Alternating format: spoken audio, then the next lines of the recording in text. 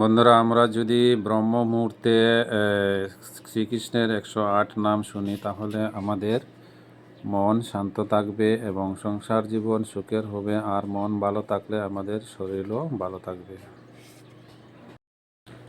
জয় শ্রীকৃষ্ণ, সকলের মঙ্গল করো।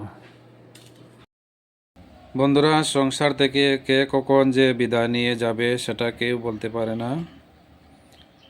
তাই আমাদের সকাল এবং সন্ধ্যায় যাতে আমরা যে ধর্মের হই না কেন, সবার গুরুর প্রতি যেন আমাদের 10 থেকে 15 মিনিট আমরা গুরুর প্রতি ধ্যান ধারণা করি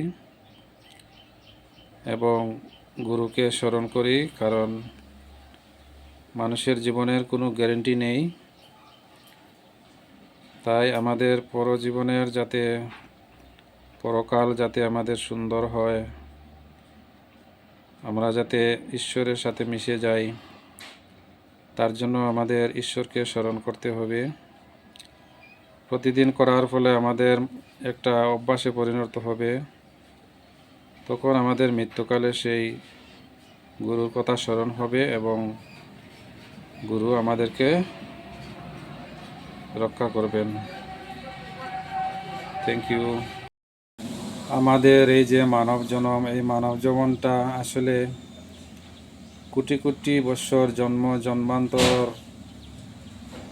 মধ্য দিয়ে আমাদের সেই মানব জন্ম মিলে। আর মানুষ হয়ে আমাদের সেই লক্ষ্যে পৌঁছতে হবে, যাহাতে আমাদের পরের জন্ম আবার আমাদের মানুষ জন্মই হয়।